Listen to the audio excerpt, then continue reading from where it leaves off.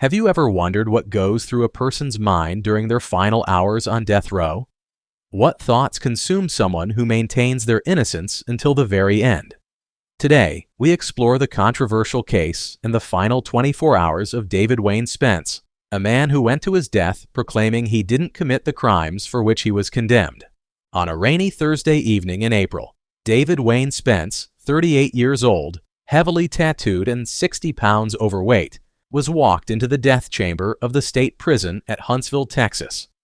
He made a few final comments, was strapped to a gurney, and given a lethal series of injections: sodium thiopental, which rendered him unconscious; pancuronium bromide, which collapsed his lungs; and potassium chloride, which stopped his heart. He was pronounced dead at 6:32 p.m. on April 3, 1997. Yet behind this clinical execution lay one of the most controversial death penalty cases in Texas history. In his final words, David Wayne Spence remained steadfast in his claim of innocence. Though multiple lawyers found discrepancies in the handling of the case and in Spence's conviction, the state executed him by lethal injection after 14 years on death row. Born on July 18, 1956, Spence's path to death row began with the horrific murders of 3 teenagers near Lake Waco. By the time he opened his eyes on April 2, 1997, the countdown to his execution had begun. In less than 24 hours, he would become another statistic in Texas's busy death chamber. But was he truly guilty of the crime for which he died? From the moment the bodies were discovered, the Lake Waco murders shocked the community to its core. On the morning of July 13, 1982, Jill Montgomery and Raylene Rice drove to Waco to pick up and cash Jill's paycheck from the Fort Fisher Ranger Museum and to meet their friend, Kenneth Franks. Later that day, the 3 drove to Kona Park, located on the banks of Lake Waco. At the park, Kenneth, Jill, and Raylene encountered Spence and his associates, Anthony and Gilbert Melendez. The 6 spent several hours together drinking beer and using marijuana. As evening approached, Spence suggested they go purchase more beer. During the drive, Spence made an unwanted advance toward Jill, leading to a heated argument. He then threatened Kenneth and Jill, claiming he would get even with them over an alleged drug-related grievance, which Kenneth denied. Instead of driving to the store as promised, Spence returned to a secluded wooded area of Cone Park. There, the situation escalated horrifically. Producing a knife, Spence forced the young women to undress and separated the group. The perpetrators then committed violent acts against all 3 victims. Gilbert assaulted Raylene in the car, while Spence attacked Jill in another area of the park, forcing Kenneth to watch.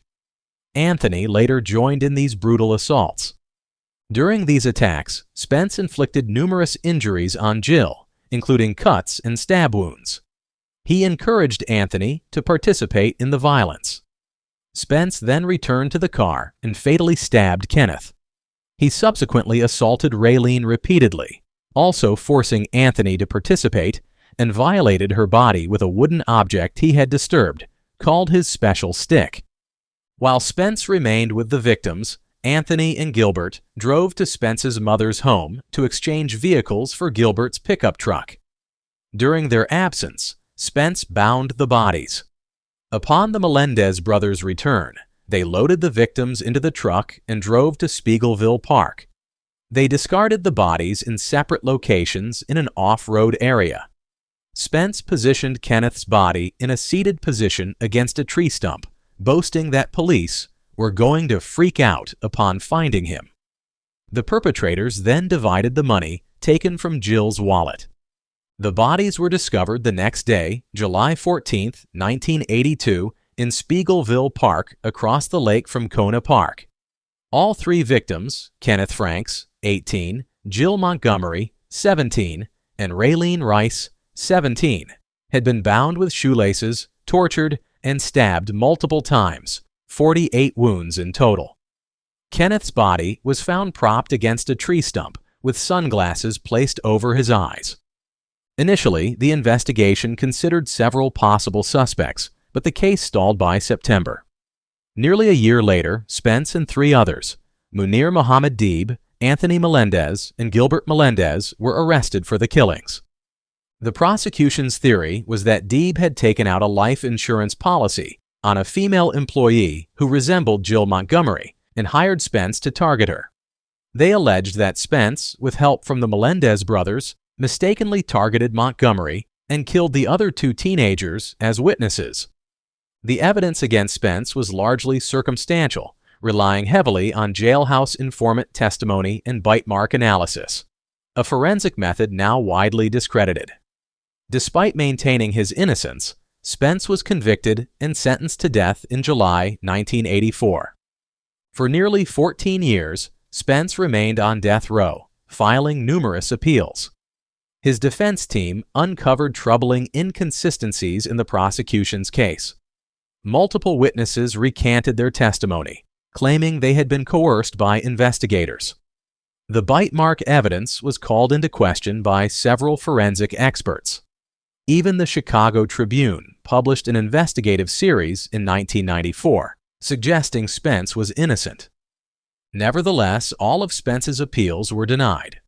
By April 1997, he had exhausted every legal avenue. His fate was sealed.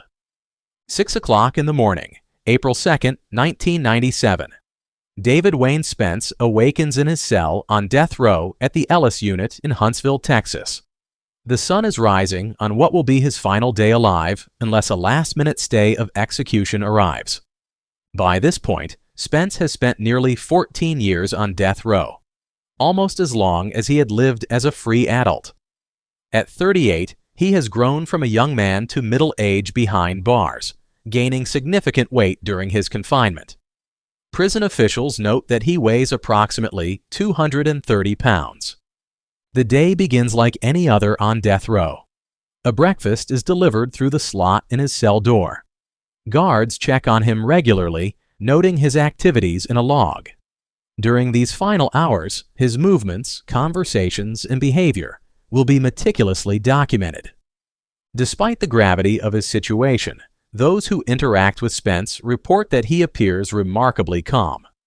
He has long maintained his innocence, and according to those close to him, he genuinely believes that justice will prevail, even at this late hour. By noon, prison officials are making final preparations for Spence's execution. At the Huntsville Unit, commonly known as the Walls, the execution chamber is being readied. The gurney is checked, the restraints tested, and the lethal chemicals prepared. Meanwhile, Spence's lawyers are making frantic last-minute appeals to both the courts and the Texas governor, George W. Bush. They believe their client is innocent and are desperate to prevent what they see as a grave miscarriage of justice. Spence spends these hours writing letters to his loved ones and speaking with a prison chaplain. He has 3 children who have grown up largely without their father. His words to them are private, the intimate thoughts of a man facing his mortality. 1 o'clock in the afternoon, Spence is informed that he will be transferred from the Ellis Unit to the Huntsville Unit, where executions take place later that afternoon. This is standard procedure in Texas. Condemned prisoners spend their final hours in a holding cell near the death chamber. 2 o'clock in the afternoon, Spence is allowed visits from his family members. These visits are conducted through glass, with no physical contact permitted. His mother, Juanita White, who has been his most tireless advocate, arrives first. For years, she has proclaimed her son's innocence, telling anyone who would listen that the wrong man was convicted. "I know my son," she had often said to reporters. "He's done some bad things in his life, but he didn't kill those kids." The visit is emotional but restrained. Both mother and son know this will likely be their final conversation. They speak of family matters, shared memories, and unspoken regrets. Spence assures his mother that he is at peace with whatever happens. His children visit next. These are perhaps the most painful goodbyes. Spence's eldest son is now an adult himself, while his younger children have spent most of their lives with their father behind bars. What does one say to children you'll never see grow up? What wisdom can be imparted in a final hour? After his family departs, Spence meets with his attorneys one last time. They update him on their final appeals, though both sides know the chances of success are slim. The attorneys promise to continue fighting to clear his name even after his death. 4 o'clock in the afternoon, guards arrive to transfer Spence from the Ellis unit to the Huntsville unit. He is placed in handcuffs and leg irons for the journey. The drive is short, just a few miles, but it represents his final journey as a living man. Upon arrival at the Huntsville unit, Spence is placed in a small holding cell just steps from the death chamber. Here, he will spend his final hours under constant observation by prison staff. At this point, Spence is offered his last meal. According to prison records, he requests fried chicken, French fries, orange juice, tea, and a dessert. This choice, simple, comforting food, reflects the ordinary tastes of a man raised in modest circumstances in Texas. 6 o'clock in the evening. With 2 hours remaining before his scheduled execution, Spence meets with a chaplain. Though not particularly religious throughout his life, he has found some comfort and faith during his years on death row. The chaplain later describes him as reflective but resolute, still maintaining his innocence but appearing resigned to his fate. 5 o'clock in the evening. Spence receives word that his final appeals have been denied. The U.S. Supreme Court has refused to intervene, and Governor Bush has declined to grant clemency. The execution will proceed as scheduled. 5:15 in the evening. Witnesses to the execution begin to gather. By Texas law, these include representatives from the media, prison officials, and family members of both the condemned and the victims. The victims' families have waited nearly 15 years for what they consider justice. Many view the execution as closure for their unimaginable loss. 5:45 in the evening. Spence is prepared for execution. He showers and is provided with clean clothes. Prison officials ask if he wishes to make a final statement. He indicates that he does. 6 o'clock in the evening. Guards enter Spence's holding cell and inform him it's time. He doesn't resist as they escort him the short distance to the death chamber. Inside, he sees the gurney where his life will end, equipped with leather straps for his wrists, arms, legs, and chest. 6:10 in the evening. Spence is secured to the gurney. IVs are inserted into both arms by a trained medical technician. The witnesses watch through a large window. Spence turns his head to look at them, perhaps searching for familiar faces one last time. The warden asks if he has any last words. Spence speaks clearly, his voice steady despite the circumstances. "Yes, I do. Yes, I do. First of all, I want you to understand, I speak the truth when I say I didn't kill your kids. Honestly, I have not killed anyone. I wish you could get the rage out of your hearts, and you could see the truth and get rid of the hatred. I love you all. Corey, Steve, this is very important. I love y'all, and I miss y'all. Okay, now I'm finished." 6:17 in the evening. The signal is given, and the execution process begins. A lethal combination of drugs flows through the IVs into Spence's bloodstream. First, sodium thiopental, a powerful sedative that renders him unconscious within seconds. Then pancuronium bromide, which paralyzes his respiratory system. Finally, potassium chloride, which stops his heart. Witnesses later describe seeing Spence take several deep breaths as the first drug takes effect. His chest rises and falls a few times. Then stillness. 6:32 in the evening. A physician enters the chamber and examines Spence, checking for vital signs. Finding none, he pronounces David Wayne Spence dead at 6:32 in the evening on April 3, 1997. From the time he entered the chamber to the official pronouncement of death, just 22 minutes had passed. In the immediate aftermath of Spence's execution, reactions were mixed. For the families of Kenneth Franks, Jill Montgomery, and Raylene Rice, the execution represented a form of closure after 15 years of grief. Justice, in their view, had finally been served. Yet questions about Spence's guilt persisted. Just 5 days after the execution, the Dallas Morning News published an article quoting the former Waco police detective, Ramon Salinas, who had worked on the original murder investigation. "I do not think David Spence committed this crime." Similarly, one of the prosecutors had privately expressed doubts about the case. The investigation that led to Spence's conviction continued to unravel in the years following his death. Anthony Melendez, who had pleaded guilty and testified against Spence in exchange for avoiding the death penalty, later recanted, claiming he had been coerced into making false statements. Munir Deeb, the alleged mastermind behind the killings, was acquitted in a second trial after spending years on death row. Perhaps most tellingly, in 2008, the National Academy of Sciences released a comprehensive report that discredited bite mark evidence, the type that had been crucial in convicting Spence. The report concluded that there was no scientific basis for claiming that bite marks could be matched to a specific individual's teeth with any degree of certainty.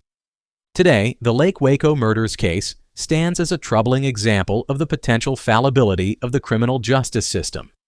Brian Pardo, a Waco businessman who became interested in Spence's case and funded his final appeals, summarized the lingering doubts. "I've looked at the evidence, and I've spent a lot of money investigating this case. Spence simply didn't do it. It's obvious. There's no way he could have. The 3 jailhouse witnesses all lied." As for Spence himself, his final declaration of innocence echoes through time, either as the desperate lie of a guilty man or the tragic truth of someone wrongfully condemned. We may never know with certainty. In the decades since David Wayne Spence's execution, the American criminal justice system has undergone significant changes. DNA evidence has exonerated hundreds of wrongfully convicted individuals, some of whom came perilously close to execution.